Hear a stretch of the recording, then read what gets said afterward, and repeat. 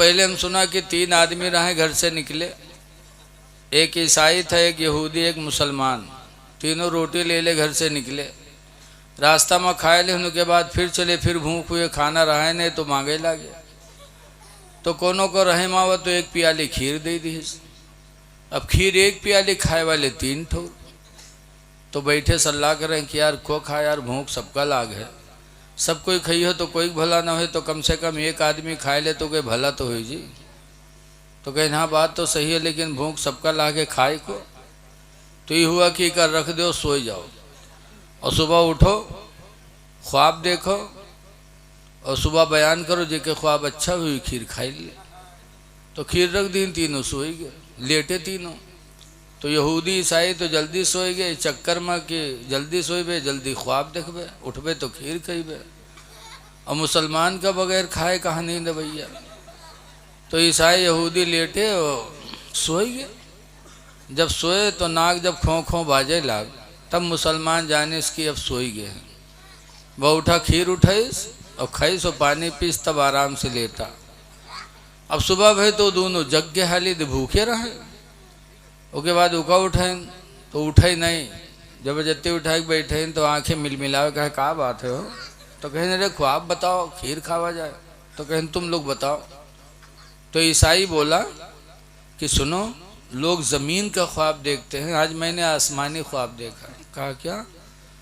आज मेरे पैगम्बर हज़रत ईसा अलैहिस्सलाम आए और उन्होंने मुझे उठाया, ज़मीन की सैर कराते कराते पहले आसमान पे ले गए, दूसरे पे ले गए, तीसरे पे ले गए, चौथे आसमान पे लेके गए, फिर वापस छोड़ा। तो आज मैंने आसमानी ख्वाब देखा, वो खीर मैं खाऊंगा। तो यहूदी बोला कि सुन, अगर तेरे पैगंबर ईसा आए थे चौथे आसमान पर लेके गए, तो तू सुन ले, मेरे पैगंबर भी हजरत मूसा अलैहिस्सलाम आए और वो मुझे छठे आसमान तक लेके गए। 2 मंजिल में तुझसे ऊंचे गया हूँ, मेरा ख्वाब तुझसे ज़्यादा ऊंचा है, वो खीर मैं खाऊंगा।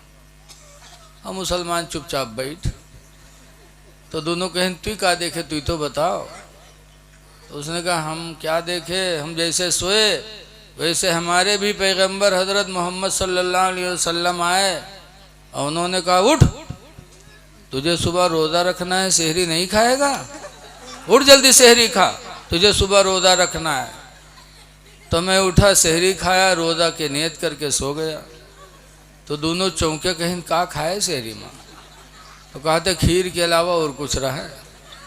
कहीं हाँ कत्ता खाए, कहीं नुमा रहबे कत्ती रहे।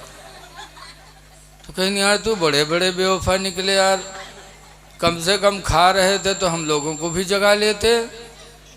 तो कहते बहुत चिल्लाएं, लेकिन तुम चौथे आसमान पर रहो, छठे आसमान पर रहे, कहाँ तक चिल्ले। मुसलमान खाने में इतना आगे। ऐ लोगों, जलसे बड़ी मेहनत से होते हैं, थोड़ी देर जगा करो। किसी कहने वाले ने कहा है कि जागना है जाग लो अफलाक के साए तले, जागना है जाग लो अफलाक के साए तले, और हश्र तक सोना पड़ेगा खाक के साए तले। जग लो। देखो आज के इस पुरफतन माहौल में हमको आपको बहुत सब्र करने की ज़रूरत है और संजीदा रहने की ज़रूरत है। आज हमारी तुम्हारी सूरत ऐसी हो गई, एक वक्त वो था कि मुसलमानों को देखकर लोग ईमान कबूल कर लिया करते थे। हज़रत सैयदना अली शेर खुदा रज़ी अल्लाह ताला अन्हु एक दिन मुजाहिदीन के साथ जा रहे थे और सब निगाहें नीचे किए थे, नीचे निगाह करके चल रहे थे। इतने में गिरजा घर मिला, पादड़ी उसमें रहता था। जैसे हमारी मस्जिद में इमाम रहता, वैसे यहूदियों के गिरजा घर में एक पादड़ी रहता था। उस पादड़ी ने देखा तो कहा आप कौन हैं, आप कोई नबी हैं? कहा ना। कोई फरिश्ते हैं? कहा ना। तो कहा आप हैं कौन? हजरत अली कहते हैं मैं अपने नबी मोहम्मद सल्लल्लाहु अलैहि वसल्लम का दामाद हूँ। कहा आप नीचे निगाह करके क्यों चलते हैं? तो हजरत अली ने फरमाया था मैं निगाह इसलिए नीचे करके चलता हूँ कि जिस नबी पर मैं ईमान लाया हूँ उसी नबी पर कुरान उतरा है, और उसी कुरान में अल्लाह ताला ने फरमाया कुल्लिल मोमिनीन, ऐ नबी मोमिनों से कह दो, मुसलमानों से कह दो, यगुद्दू अबसारहुम, अपनी निगाहों को नीचे झुका के चला करें। कुरान कहता है कि बंदा चले तो उसकी निगाह नीची हो, इसलिए हम नीचे करके चलते हैं।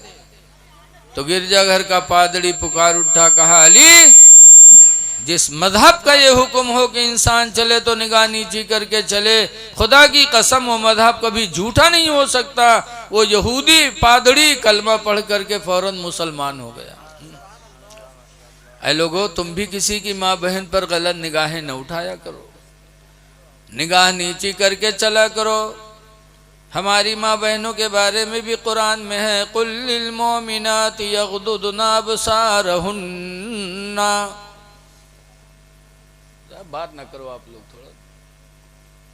ऐ नबी मुसलमान औरतों से कह दो कि चला करे तो निगाहों को नीची करके चला करे। इसलिए हमारी माँ बहनें भी चलें। जैसे मर्दों के लिए औरतों को देखना हराम है, ऐसे औरतों को हराम है मर्दों को देखना। इसीलिए हजरत उम्मे सलमा और हजरत आयशा सरकार की दो बीवियां थीं, बैठी थीं। एक नाबीना साहबी थे जिनका नाम था अब्दुल्ला इब्ने उम्मे मक्तूम। अब्दुल्ला इब्ने उम्मे मक्तूम नाबीना साहबी थे, हुजूर के पास आए मिलने के लिए, और हुजूर की बीवियां बैठी थीं। तो हुजूर ने फरमाया ये तजीबा अन्हु, आयशा उम्मे सलमा इससे तुम दोनों पर्दे में हो जाओ। तो हजरत आयशा कहती हैं अलैसा हुआ आमा, अल्लाह के रसूल क्या ये अंधा नहीं है?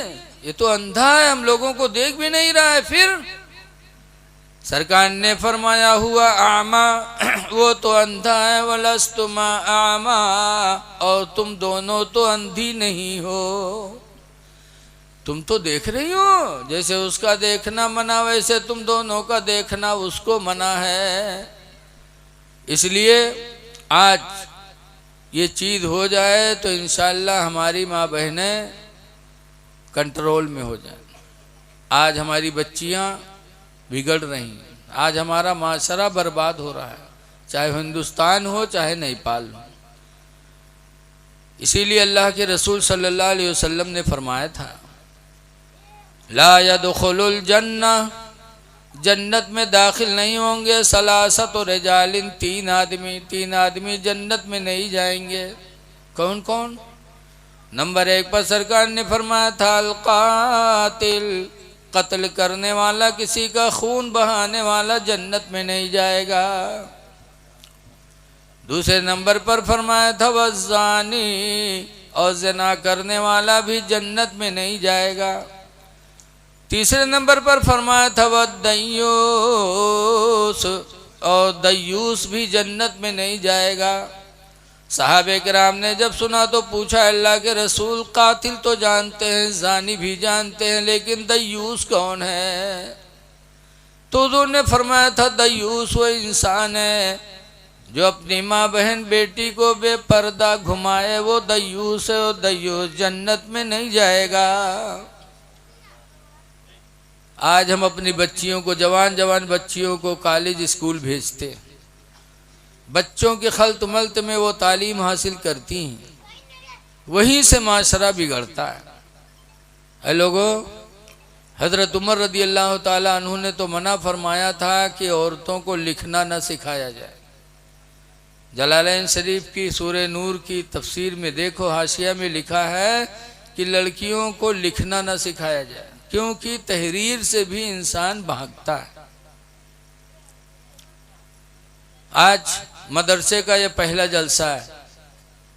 मदरसे इस्लाम की बुनियाद है, लेकिन आज अफसोस है कि हमारी तवज्जो मदरसे की तरफ नहीं होती। ए बच्चे, अरे बेटा चुप रहो, ए बेटा चुप रहो। हम माँ बहनों से आपसे सबसे एक बात सुनाएंगे कि आज अजान होती है, हम लोग अपने बच्चों को मस्जिद नहीं भेज पाते। ज़रा एक तारीखी सुनो, इस्लाम की पहली लड़ाई हुई जंगे बद्र। मदीने से मुजाहिदीन निकलने लगे। मदीने में दो सगे भाई रहते थे, माज़ और मुअव्वज़। आए घर में तो देखा उन दोनों की माँ रो रही है और दोनों के बाप शहीद हो चुके थे एक जंग में। बाप का इंतकाल हो चुका था। दोनों बच्चों ने माँ को रोते हुए देखा तो बच्चों ने कहा, अम्मी क्यों रो रही हो? माँ ने कहा था, बेटा तुम्हें नहीं पता, आज मदीने से इस्लाम के नाम पर बद्र की लड़ाई में लड़ने के लिए यहाँ के मुसलमान निकले हैं। कहाँ निकले, लेकिन आप रोती क्यों, ये तो बताएं। आज उनकी औरतें घरों में खुशियाँ मना रही हैं कि हमारे मर्द अल्लाह की राह में जिहाद करने गए, अगर जिंदा आ गए तो हम गाजी की बीवी बोली जाएंगी, और अगर शहीद हो गए तो मैदान आखिरत में शहीद की बीवी कह के पुकारी जाएंगी। मदीने की औरतें खुश हैं। मैं इसलिए रो रही हूँ कि आज तुम्हारे अब्बा जिंदा नहीं हैं। आज अगर तुम्हारे बाप जिंदा होते तो भी जंगे बदर में जाते तो मुझे भी खुशी होती कि अगर जिंदा आ गए तो मैं गाजी की बीवी बोली जाती, शहीद हो जाते तो मैं शहीद की बीवी कह के दुनिया और आखिरत में पुकारी जाती। लेकिन अफसोस कि तुम्हारे बाप नहीं है। इसको अलग करो। चल इधर चल, तमीज कहीं का। बच्चों ने कहा, माँ रो नहीं, अब्बा नहीं है तो हम लोग तो जा सकते हैं। माँ ने कहा, बेटा इस्लाम में बच्चों पे जंग नहीं। दोनों बच्चों ने कहा, मेरी माँ तुम दुआ करो, हम हुजूर के पास जा रहे हैं, हुजूर से जंग में जाने की इजाज़त मांगेंगे। माँ ने कहा, जाओ। दोनों बच्चे हुजूर की बारगाह में गए। छोटे थे लेकिन शहादत का जज्बा देखो कि दोनों पंजे के बल सीना तान कर हुजूर के सामने गए कि ताकि बड़ा समझकर हुजूर हमको जंग में जाने की इजाज़त दे दे। जब गए कहने लगे तो हुजूर ने फरमाया कि तुम छोटे हो, छोटों पे इस्लाम में जंग नहीं है। तो दोनों ने कहा, या रसूल अल्लाह, माँ का रोना नहीं देखा जाता, अब्बा है नहीं, अब्बा की जगह पे हम दोनों को भेज दो।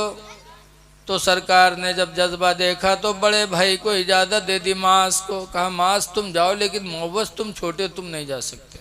भगा दी, इनका भगा दी। जब मास को इजाज़त दे दिया, मेरे नबी ने मुअव्वज़ को मना कर दिया। तो है लोगों जज्बा देखो। जब मुअव्वज़ को सरकार ने रोक दिया तो कहते हैं, या रसूल अल्लाह, आपने भाईजान को इजाज़त दे दिया, हमें नहीं इजाज़त दी है। ये भाईजान हमसे बड़े ज़रूर हैं लेकिन ताकत में हमसे बड़े नहीं, हमसे कम हैं। आप कुश्ती लड़ा दो, अभी हम इनको पटक देंगे। हुजूर मुस्कुरा के फरमाते, अच्छा लड़ो। जब दोनों भाई चिपटे तो छोटे मुअव्वज़ ने मास से कहा, भाईजान तुम मुझे ज़ोर न लगाना, मुझे पटक लेने दो ताकि अल्लाह के रसूल तुम्हारे साथ हमें भी शहादत की इजाज़त दे दें। कैसे बच्चे थे। लड़े, छोटे ने बड़े को पटक दिया तो हुजूर ने दोनों को इजाज़त दे दिया। दोनों घर आए, खुशी खुशी का अम्मा मुबारक को रसूलुल्लाह ने मैदान जंग में दोनों को जाने की इजाज़त दे दी। तो माँ ने अल्लाह का शुक्र अदा किया और नन्ही नन्ही तलवारें दोनों बच्चों को दे के गले से लगाया और कहा, जाओ बेटा फी अमानिल्लाह। मैदान जंग में अपने बच्चों को भेजा। ऐ मेरी माँ बहनों, जरा गौर करो, शौहर का साया नहीं रह गया था, जिंदगी के सहारे वही दोनों बच्चे थे, लेकिन अल्लाह और उसके रसूल को राज़ी करने के लिए आज वो माँ अपने दोनों सहारों को भी मैदान जिहाद में भेज रही हैं। दोनों बच्चे वहाँ गए और जाने के बाद अपने चचा अब्दुल रहमान से कहते, चाचा वो अबू जहल कौन है? नाम जानते थे कि नबी का दुश्मन है लेकिन पहचानते नहीं थे। पूछा, चचा अबू जहल कौन है? चचा ने कहा, उसको क्या करोगे? तो बच्चों ने कहा था, कसम खाई है मर जाएंगे या मारेंगे नारी को। चचा हम मदीने से जज्बा लेके आए हैं, कसम खाई है मर जाएंगे या मारेंगे नारी को। सुना है गालियां देता है वो महबूबे बारी को। अब्दुर्रहमान बिन औफ ने उंगली का इशारा किया, कहा वो अबू जहल है। जैसे उंगली का इशारा पाया दोनों बच्चे झपटे और एक ही वार में अबू जहल के दो टुकड़े कर दिए। नन्ही नन्ही तलवार थी लेकिन पड़ी तो अबू जहल भी दो टुकड़े हुआ, घोड़ा भी दो टुकड़े हो गया। सबने जम करके हमला कर दिया कुफ्फार ने। तो हजरत माज शहीद हो गए, मुअव्वस छोटे वाले शहीद हो गए। माज लड़ते रहे, जब उनका दाहिना हाथ कटा थोड़ी सी खाल रह गई, हाथ लटक रहा था। माज ने पैर के नीचे रख करके हाथ को नोच दिया और नोच के फेंक दिया। बाएं हाथ से लड़ते रहे, यहाँ तक कि जब जंगे बद्र में मुसलमानों को कामयाबी मिल गई, तब माज गए, वो हाथ उठाए हुजूर के पास गए, कहने लगे या रसूल अल्लाह सल्लल्लाहु अलैहि वसल्लम, ये हाथ हमसे अलग हो गया। हुजूर ने वो हाथ लिया और माज के पखौरे से लगाया और अपना हाथ मेरे नबी ने फेरा तो मांस का हाथ पहले ही की तरह फिर सही हो गया। न कोई ऑपरेशन, न कोई टांका, न कोई प्लास्टर। फिर उसी हाथ से कई जंगों में मांस शरीक हुए। यहाँ कहने का मतलब ये कि आज हम अपने बच्चों को मदरसे में पढ़ने के लिए नहीं भेज पाते, अजान होती अपने बच्चों को नमाज के लिए मस्जिद नहीं भेज पाते। और एक वो ज़माना था कि ज़िंदगी के सहारा दो बच्चे थे, उन्होंने अल्लाह की राह में शहादत के लिए भेजा था। ऐ लोगों, शहादत का जज्बा पैदा करो और अपने सहाबा के किरदार को अपनाने की कोशिश करो। अजान हो तो खुद मस्जिद पहुँचो और अपने बच्चों को लेके जाया करो, नमाजें पढ़ो। नमाज मोमिन की मेराज है, लेकिन नमाज की तकरीर कोई सुनक चाहते नहीं। जहाँ नमाज के बारे में बोले लागो बाऊ भाई आवे लागत है। अरे नमाज ये असली इबादत है। हजरत अली रदी अल्लाह ताला अन्हु एक दिन नमाज पढ़ के तस्बीह पढ़ रहे थे, तो एक साहब आए, कहने लगे ए अली, बड़ी गरीबी है, बड़ी तंगदस्ती है, बड़ी मेहनत करता हूँ लेकिन रोज़े में बरकत नहीं होती। हज़रत अली ने फरमाया जाओ नमाज फ़जर की पाबंदी करो, नमाज फ़जर की बरकत से अल्लाह ताला तुम्हारी तंगदस्ती को दूर फरमा देगा। हज़रत अली ने कोई तावीज़ नहीं दिया था। आज पीरों के पास जाओ, कहो कि हुजूर गरीबी है, परेशानी है, तो पीर साहब तवीज़ बनाई दें, कहा जी कहीं जाओ ठिकाई जी। हज़रत अली ने तावीज़ नहीं दिया, बल्कि नमाज के लिए फरमाया था नमाज फ़जर पढ़ो, अल्लाह ताला तुम्हारी तंगी को दूर फरमा देगा। इसलिए ऐ लोगों, परेशानियों से निजात मिलेगी नमाज़ों के पढ़ने के बाद। आखिरत में ठिकाना भी हमारा तुम्हारा अच्छा होगा। इसलिए आप हजरात से गुजारिश है, नमाज़ों की पाबंदी करो और अपने मदरसे और अपने मस्जिद का ध्यान रखो। मदरसों में ख्याल रखो। आज देखो, आज हम मदरसों की तरफ तवज्जो नहीं करते। ये इस्लाम की बुनियाद है। यहाँ तक कि बताया गया है कि मदरसे इस्लाम की रीढ़ है, रीढ़ की हड्डी। रख दो बेटिया। जैसे रीढ़ की हड्डी सही है तो बदन सही, रीढ़ की हड्डी कमज़ोर तो बदन कमज़ोर। ऐसे जब तक मदरसा सही सलामत रहेगा तो हमारा आपका ईमान सब कुछ सलामत रहेगा। बहुत सी तकरीरें हो चुकी हैं हर पहलू पे। मैं आप सबसे गुजारिश करूंगा कि अच्छे अखलाक पेश करो, नमाज़ों की भी पाबंदी करो और एक दूसरे के साथ अच्छा बर्ताव करो। बाप माँ बाप क्या हैं, इनकी तरफ भी तवज्जो करो। कुरान करीम ने फरमाया वक़ुल लहुमा क़ौलन करीमा, मेरे बंदे माँ बाप से मीठी बोलियाँ बोला कर। मीठी बोली बोलो, लेकिन देखे तो सब कहूँ मियो मियो और घर में ही हाँ। एक आदमी रहा है, उसके अब्बा नहीं रहे, अम्मा रहे। अम्मा बुढ़ापा को जैसे नाबीना होगी, नाबीना हो गई। एक दिन वो नौजवान गया और रात हो गई, शाम को नहीं आया। काफ़ी रात गुजर गई, नहीं आया तो उसकी बीवी को कोई फिक्र नहीं, लेकिन वो बुढ़िया अंधी माँ दरवाजे पर बैठकर कोंच फैला के दुआ मांगने लगे, है परवरदिगार मेरे बेटे को सही सलामत वापस फरमा दे। ऐ अल्लाह मेरे बच्चे को हर बला मुसीबत से बचा ले। वो अंधी बूढ़ी माँ दरवाजे पर बैठी दुआ मांग रही थी कि इतने में वो नौजवान कहीं से आ गया, हाथ में यह मिठाई के पन्नी लिए रहा है। जब दरवाजे पे आया तो माँ से पूछा भी नहीं कि मेरी माँ यहाँ क्यों बैठी हो। एक किनारे से अंदर घुसने लगा तो माँ को कदमों की आहट से पता चला कि घर में कोई जा रहा है, तो मेरे लड़के के अलावा और कौन होगा रात में जाने वाला। तो बुढ़िया अंधी माँ ने कहा बेटा दुआ मांग रही हो, जा रहा है, कुछ नहीं पूछा माँ से। माँ ने कहा बेटा, तो कहता गदाहवन मेरी दिन। जैसे उसने सुना वैसे वो बुढ़िया अपने लड़के से लिपट गई। ओ मेरे लाल तुम कहाँ थे, ओ मेरे कलेजा तुम कहाँ थे। जैसे लपटियान वैसे मिठाई की पन्नियाँ ऊपर कर ली कि हाथ में लाग न जाए तो जान जाए। अब वो सोहरावत चली जाए, पन्निया का उठावत चला जाए। कितने अफसोस की बात है। वो माँ जिसने बचपन में तुमको बहला बहला के खाना खिलाया था, कभी डर सुना करके, कभी कहानी सुना करके बचपन में तुमको खिलाया था, आज वो बूढ़ी हो गई हो तो 10 रुपये की मिठाई तुम अपनी माँ से छुपा रहे हो। ऐ नौजवानों, माँ की कदर करो। माँ तुम्हारे लिए क्या है। हदीस पाक में कि एक सहाबी बारगाह नबी में हाजिर हुए। उन्होंने कहा इन्नी नदर तो अन उक़ब्बिला क़बतल काबा, या रसूल अल्लाह बेशक मैंने मिन्नत मानी थी कि मेरा फला काम हो जाए तो मैं काबा की चौखट चूमूंगा। मेरा काम हो गया। तो हुजूर ने फरमाया जाओ मक्का जाओ चौखट चूमो।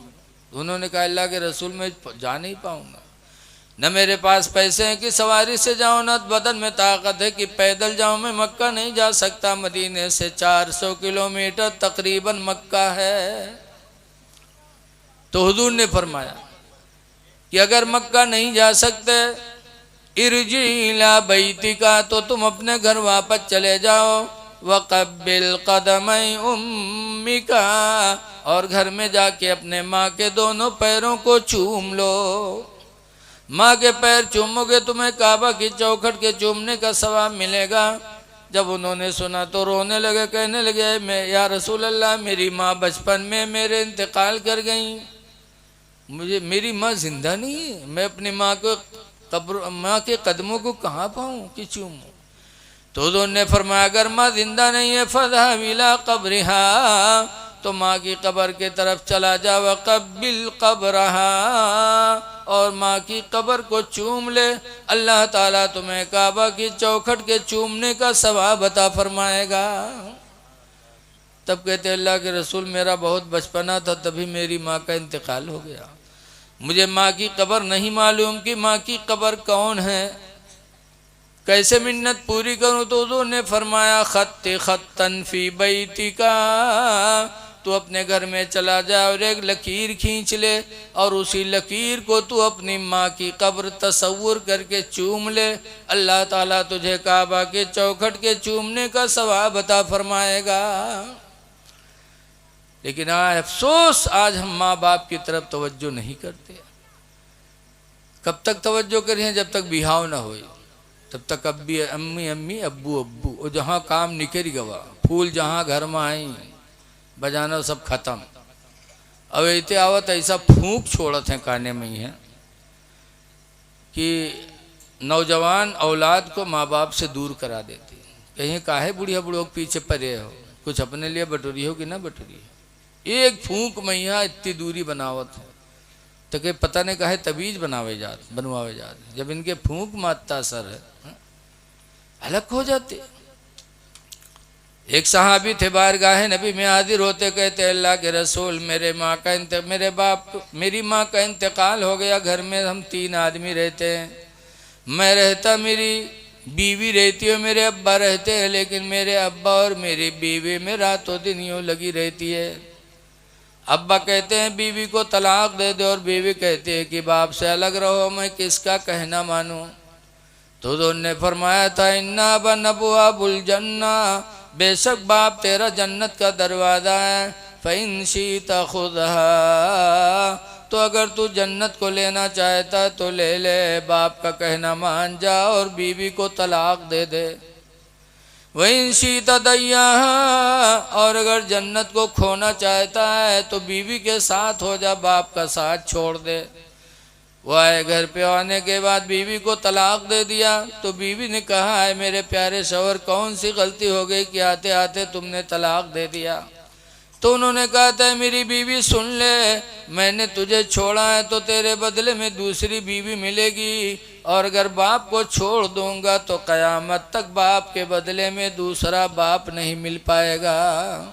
इसलिए बाप को तो नहीं छोड़ सकता, तुम्हें छोड़ सकता हूँ। इसलिए लोगों, अगर ऐसी कोई औरत घर में आ जाए जो माँ बाप से अलहदा कराए, तो औरत तुम्हारी बीवी नहीं है बल्कि वो तुम्हारी दुश्मना है। अल्लाह कुरान करीम सूरह तगाबुन में फरमाता है, या अय्युहल्लज़ीना आमनू इन्न मिन अज़वाजिकुम व औलादिकुम अदुव्वन लकुम, बेशक तुम्हारी बीवियां, तुम्हारे लड़के तुम्हारे दुश्मन हैं।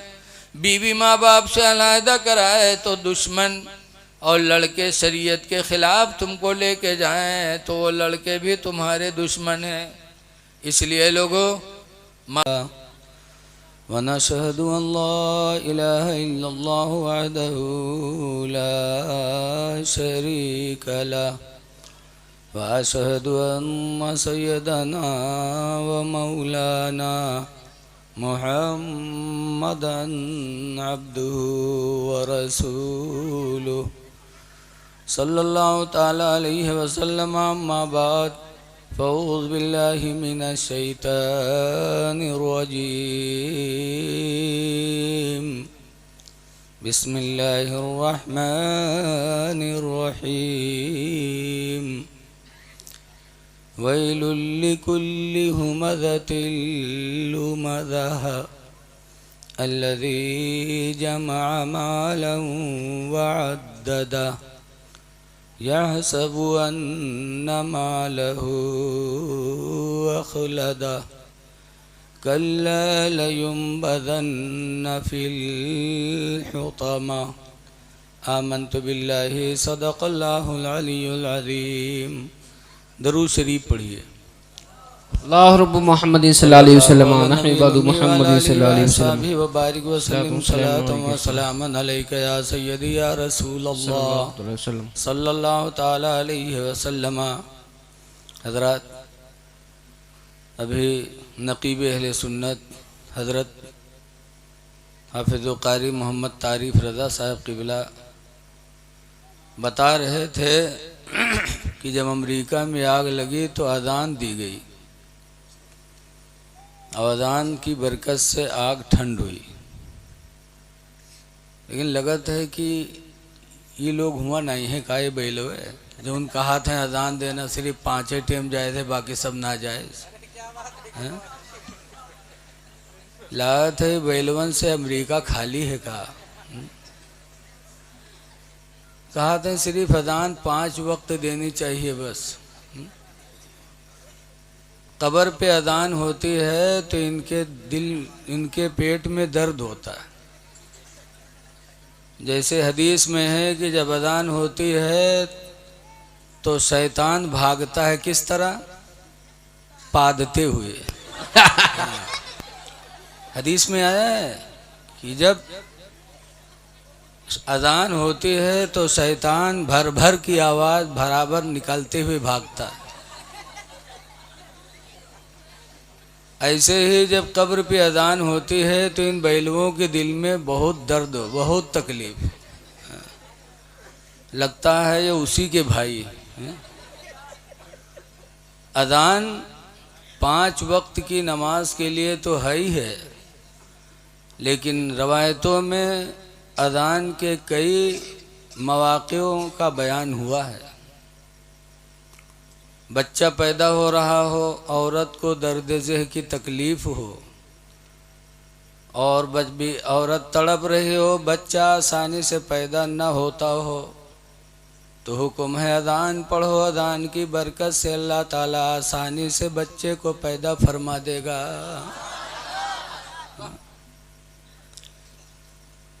आग लगी हो तो अज़ान दो, रास्ता कहीं भूल जाओ, कोई बताने वाला न मिले तो अजान पढ़ो। अजान की बरकत से अल्लाह के फरिश्ते इंसान की शक्ल में आके तुम्हें रास्ता बता दे। अरे वाह वाह वाह वाह, क्या कहने क्या कहने। आंधी आ रही हो, तूफान, अजान दो, अल्लाह अजान की बरकत से तूफान को दूर करेगा। कब्र पे भी अजान दी जाती इसीलिए कि कब्र बड़ी दहशत की जगह है,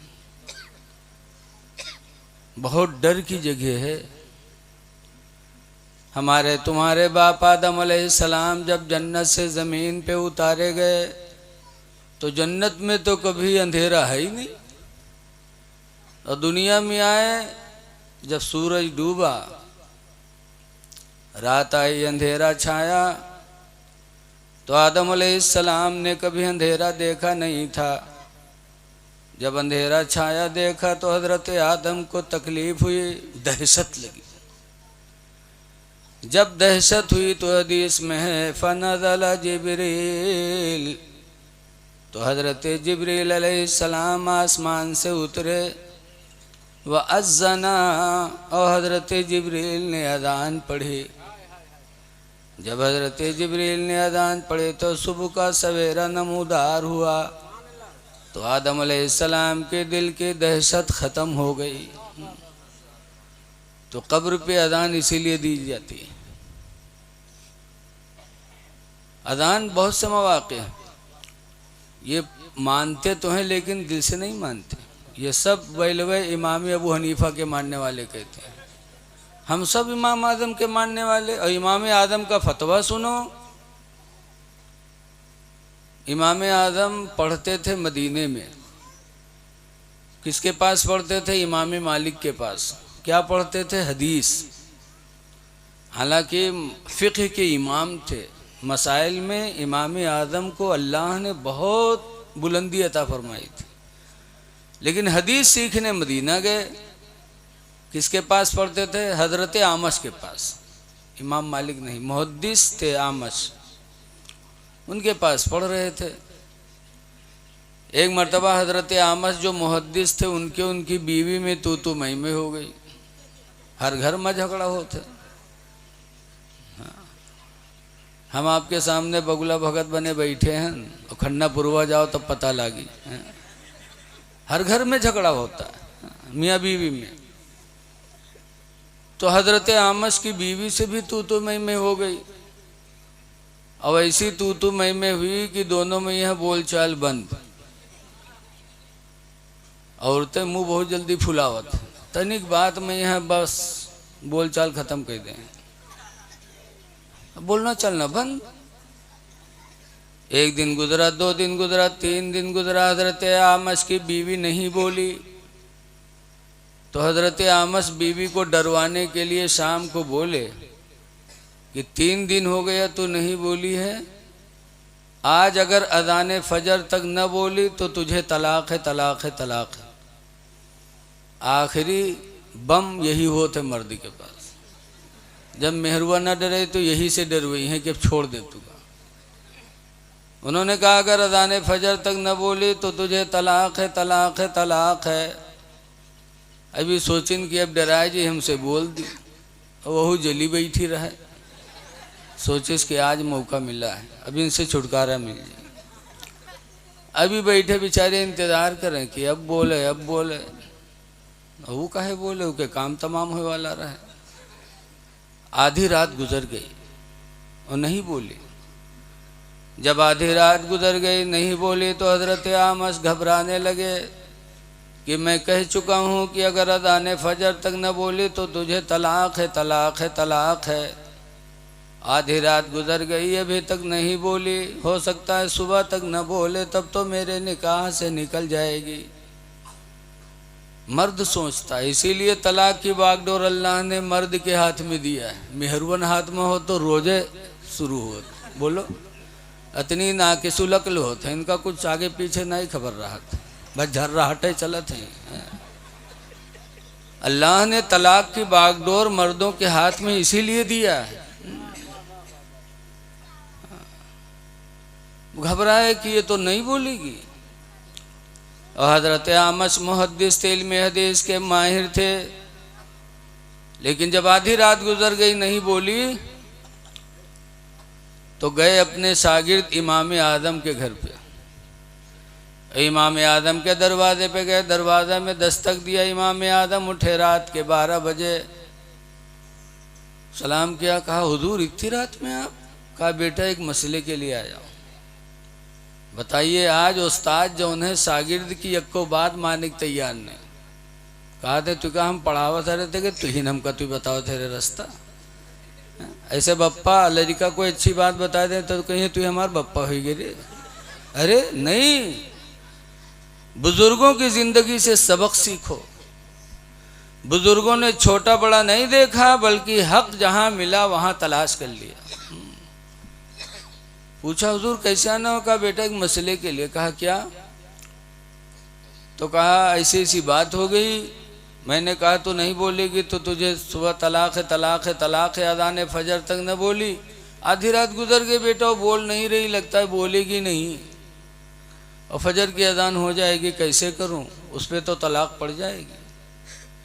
तो इमाम आदम ने क्या जवाब दिया था? ये सब इमाम आदम के मानने वाले हैं भाई लहा, लेकिन इनका फतवा नहीं मानते।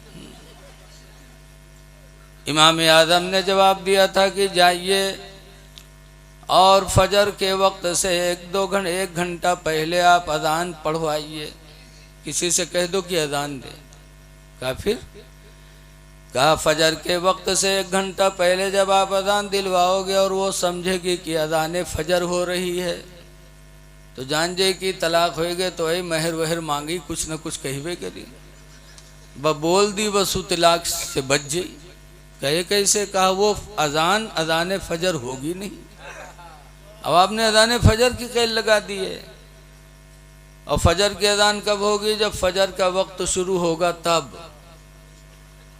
हाफिज शेर मोहम्मद साहब अब्बा जहाँ अजान पढ़ाए लागे फजर के, तो कहा कही हो लागत है कि कुछ मामला उल्टू बिल्टी गवा, जलसा कराए 12 बजे, दिमाग खराब गया। बोलो यही तो कहोगे। और फिर जब फजर का वक्त शुरू होगा तो अजान दिलवाओगे दोबारा कि नहीं दिलवाओगे? इसलिए कि अजान फजर की नहीं मानी जाएगी। इमाम आदम फरमाते जाइए आप फजर के वक्त से 1 घंटा पहले अजान पढ़वाइए। जब अजान आपकी बीवी सुनेगी तो समझेगी कि अब तलाक़ें पड़ गई, महर वगैरह का मुतालबा करेगी, इस तरह बोल देगी और तलाक से वो बच जाएगी। हजरत आमश गए और 1 घंटा पहले बताए ना हो, 3 घंटा पहले शुरू करा दी मेहरुआ मामला, 3 घंटा पहले शुरू करवाए दी। और वो इंतजार में बैठ रहा है। जैसे अजान देने वाले ने अजान शुरू किया, वैसे वो औरत आई हजरत आमश के पास और मुस्कुरा के कहती है कि मामला ख़त्म हमारा तुम्हारा, हमारा महर दो, हमारा सामान दो, हम मैके जाएं। अभी बैठे मुस्कियाएँ। कहा कस? कहीं कस का? अब अजान हो गई, तलाक पड़ गई। हजरत आमश कहते हैं कैसी अजान? हमने तो अजान फजर के लिए कहा था। तो कहा था फजर की अजान तो हो रही है।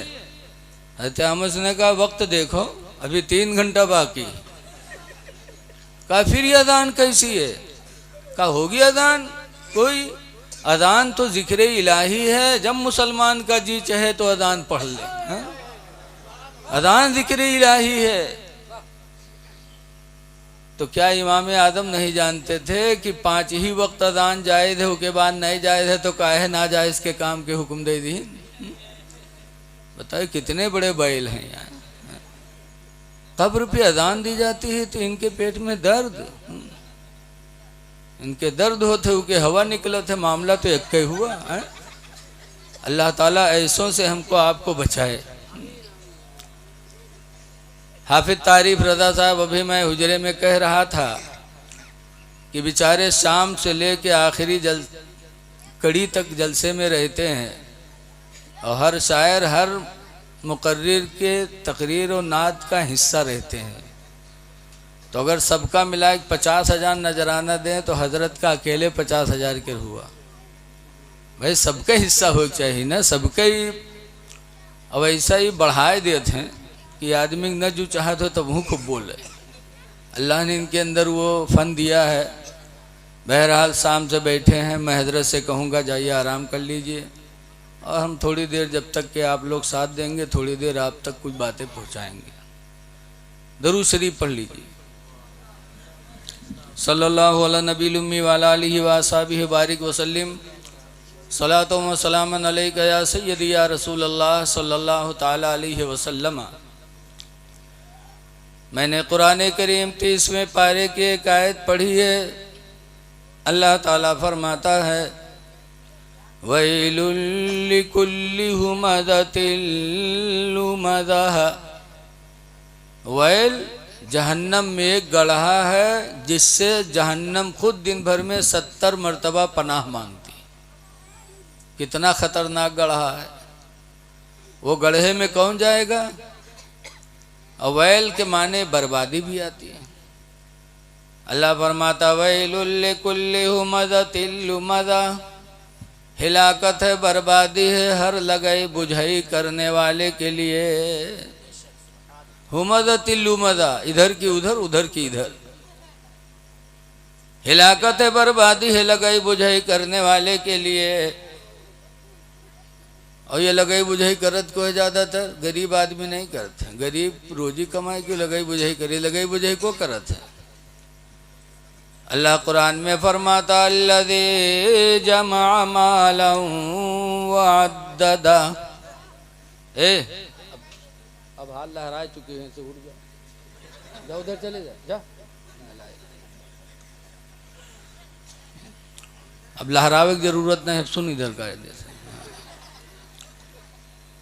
अल्लाह फरमाता है इधर के उधर कौन लगाता है? अल्लाह कहता है अल्लज़ी जमा मालन व अद्ददह। वो वही बदनसीब है जिसने गिन गिन के माल को जमा कर लिया। जिसके पास दौलत होएगी वही काम करत है। काहे? ताकि 10 आदमी हमरे सुबह शाम तेल लगावा करे। जब वो पार्टी बंदी कराए रही बड़कवा, तो फिर सुबह हुई कि 10 आदमी के द्वारे पाई जी, शाम हुई तो 10 आदमी द्वारे। ये मालदारों का काम है लगाई बुझाई करके लोगों में तोड़ना। ए मेरी माँ बहनों बच्चियों जरा चुप रहो, थोड़ी देर के लिए चुप हो जाओ। नींद आए तो घर चली जाओ, बेहतर है, लेकिन बगबगाओ नहीं बैठ के। हाँ, तुम्हारी आवाज़ भी औरत है। स्टेज के पास बैठी हो, यहाँ बोल रही हो, तुम्हारी आवाज़। अल्लाह ताला कुरान करीम 18वां पारा में फरमाता है सूरह नूर के अंदर वला यदरिबन बिअरजुलिहिन्ना। कोई औरत अपने पैर को ज़मीन पर ज़ोर से न रखे। लियुलिम मा युखफीन मिन ज़ीनतिहिन्ना, कि कहीं ऐसा न हो कि उसके जेवर खन से बजें और उनके जेवर के खन के बजने की आवाज़ किसी गैर मुहरिम के कान में न चली जाए। घर में औरत रहे तो पैर ज़मीन पर जोर से न रखे कि जेवर के बजने की आवाज़ कहीं दूसरा सुन न ले। यहाँ खुदे बैठ के बकबगई हो तो कैसे काम बनी बताओ। जब जेवर के बजने की आवाज़ पर इस्लाम ने पाबंदी लगा दी तो औरत की आवाज़ पर तो बदर्जे औला पाबंदी है। आई हो पर्दे के साथ बैठ के सुनो, हो सकता है अल्लाह दिल की दुनिया बदल दे। इसलिए कि तुम्हारी गोद इस्लाम का सबसे पहला मदरसा है। सबसे पहला मदरसा माँ की गोद। अगर माँ की गोद में बच्चा कामयाब हो गया तो हर जिंदगी के हर मदरसे में वो कामयाब होता जाएगा। तुम बड़ी कीमती हो, तुम्हारी गोद बड़ी कीमती है। इसीलिए कहा जाता है उतलुबुल इल्मा मिनल महदी, माँ की गोद से इल्म दीन सीखा करो। मदरसा बाद में है, माँ की गोद पहले है। तो आप बड़ी अच्छी हैं, आप ही की गोद से वली पैदा हुए, आप ही गोद से नबी पैदा हुए, आप ही की गोद से सहाबी पैदा हुए। आप ही की गोद से शहीद पैदा हुई, बड़े मर्तबे आपके हैं। इसीलिए बताया जाता है कि औरत जब शौहर के घर पहुंचती है तो शौहर का घर औरत के कदमों की बरकत से मिसले जन्नत बन जाता है। और वही औरत जब माँ बनती है तो उसके कदमों के नीचे उसकी औलाद की जन्नत होती है। तुम्हारा मर्तबा बहुत बुलंद है मेरी माँ बहनों बच्चियों, इसलिए खामोशी के साथ सुनो। तो मैं कुरान की आयत पढ़ रहा था कि लगाई बुझाई करने वाले के लिए बर्बादी है, और लगाई बुझाई कौन करता है? अल्लाह ने फरमाया अल्लज़ी जमा मालन वअद्ददा, वो वही है जिसने माल को खूब गिन गिन के जमा कर लिया। अयहसबुल इंसाना अयहसबु अन्नमा लहु अखलदा, अल्लाह कहता क्या वो इंसान सोच रहा है कि उसका माल उसको हमेशा दुनिया में रखेगा, उसको मौत नहीं आएगी? माल की बुनियाद पर लोगों को तोड़ रहा है, लगाई बुझाई करके भाई भाई को जुदा करा रहा है, खानदान खानदान को जुदा करा रहा है, वोट के चक्कर में, राजनीति के चक्कर में। अल्लाह फरमाता है कल्ला लयुंबदन्न फिल हुतमा, अल्लाह फरमाता हाँ हाँ जरूर वो जहन्नम में फेंका जाएगा, उसका हश्र जहन्नम होगा। इसलिए ऐ लोगों लगाई बुझाई न करो, लगाई बुझाई करा के दोनों में ना इत्तेफाकी न पैदा करो। इसलिए कि लगाई बुझाई करने वाले के लिए हदीस पाक में बताया, हुजूर फरमाते हैं अल मुनाफिको, इधर की उधर लगाने वाला वो मुनाफिक है। औरत लगाई बुझाई करे तो मुनाफिका, और मर्द लगाई बुझाई करे तो मुनाफिक।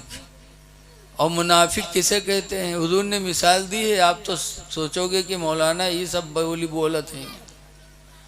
हुजूर फरमाते हैं अल मुनाफिको कश्शातिल आइरा, मुनाफिक उठी हुई बकरी की तरह है। तईरो इला हादल गनमी व तईरो इला हादल गनमी, कभी संडू के पास जाते कभी उस अंडू के पास जाती। बकरी उठती है तो अंडू के पास दौड़ दौड़ जाती है। यही हाल उस इंसान का है जो इधर की बात उधर जाके लगाता, उधर की बात इधर लगाता। मेरे नबी ने फरमाया वो तो उठी हुई बकरी है वो। ऐ लोगों ऐसी अपनी हालत न बनाओ, अल्लाह ने तुम्हें अशरफुल मखलूकात बनाया है, सबसे खूबसूरत इंसान बनाया है, तुम खूबसूरत बन के रहो, बकरी न बनो।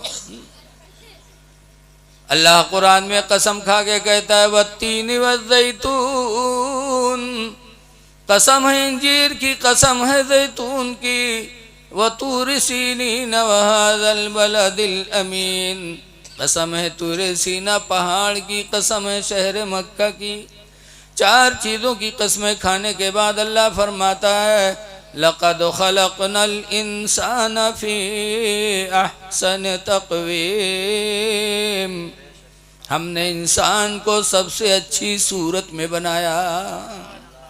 अल्लाह कसम खा रहा है, और एक कसम नहीं चार चार कसमों के खाने के बाद अल्लाह ने बताया कि हमने इंसान को सबसे अच्छी सूरत में बनाया। तो अल्लाह का शुक्र अदा करो। मुनाफिकत करके जानवर न बनो, इंसान बनो।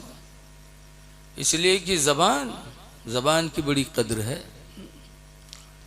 हदीस पाक में अन सहल इब्न साद, हज़रत सहल बिन साद रज़ियल्लाहु ताला अन्हु से रवायत है, क़ाला क़ाला रसूलुल्लाह सल्लल्लाहु अलैहि वसल्लम, फरमाते अल्लाह के रसूल ने इरशाद फरमाया मन यज़मनु ली, हुज़ूर फरमाते हैं मेरे उम्मतियों तुम में से कौन है जो मुझको ज़मानत दे दे। किस चीज़ की?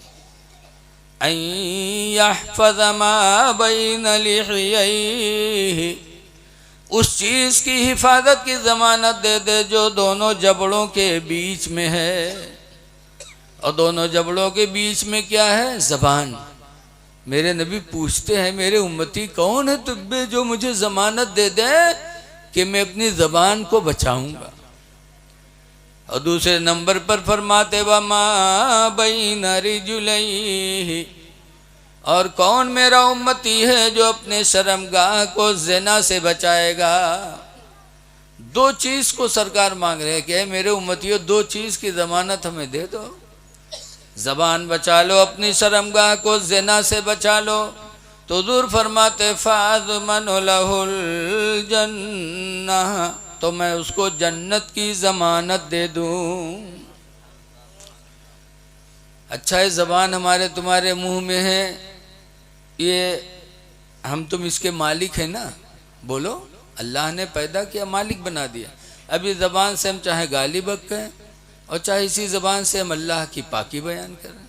बोलो, ऐसे शर्मगाह है, चाहे तो इससे हम गुनाह में ले जाएं और चाहे तो गुनाह से रोके रखें। तो हुजूर हम तुम हमारे तुम्हारे मिल्कियत में दो चीज़ें, ज़बान और शर्मगाह। और हुजूर की मिल्कियत में जन्नत। हुजूर कहते हैं तुम दो चीज़ों की ज़मानत हमको दे दो और हम जन्नत की ज़मानत तुमको दे दें। पता चला जन्नत पे मिल्कियत है मेरे नबी की। बोलो यार, बोलो ना, इतनी तवज्जो से सुन लो, जलसा बड़ी मेहनत से होते हैं। हाफिज शेर मोहम्मद का देखो, बेग टांगे टांगे संझा से उनके कंधा घिस गए हुए, चंदा रुपया बटोरे हैं बेचारे, दाल लादे लादे घूमत हैं और महीनन चले हुई हैं तुम्हारे पास। तो थोड़ी देर आप बैठ के सुन नहीं सकते हो? रुपया दिया है तो थोड़ा वक्त भी दो। जबान और शर्मगाह हमारे तुम्हारी मिल्कियत में, जन्नत मेरे नबी की मिल्कियत में।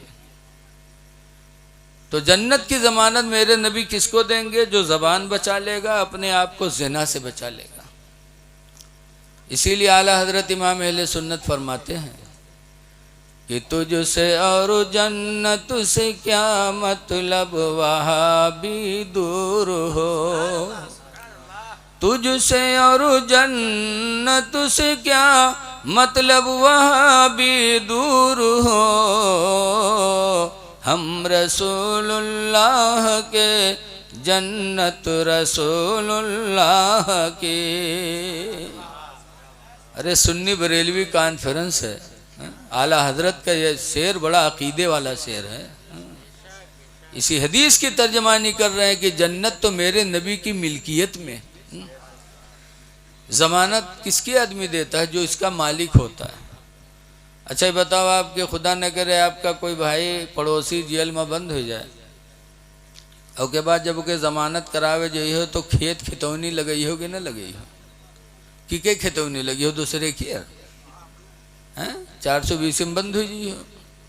अपनी खितौनी, अपनी जिस जमीन के तुम मालिक हो उसकी जब जमानत में लगाओगे तब जमानत मंजूर होगी। ऐसे हुजूर जन्नत की जमानत दे रहे हैं। पता चला जन्नत मेरे नबी के कब्जे में। तो ऐ लोगों, अच्छी बोलियां बोलो। पानी नहीं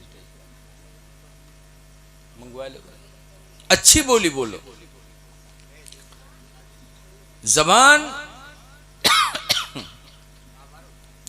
इसी जबान से चाहो तो आदमी से चाहे नाश्ता खा लो, जाके तारीफ करो, आप बड़े अच्छे हैं, बड़े दीनदार हैं, आपका चेहरा तो देखने में बिल्कुल जन्नती लग रहे हो।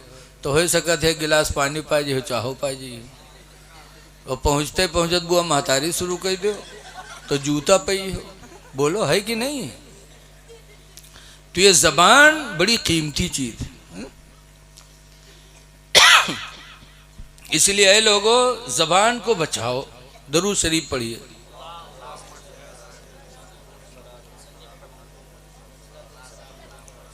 सल्लल्लाहु तआला अलैहि वसल्लम।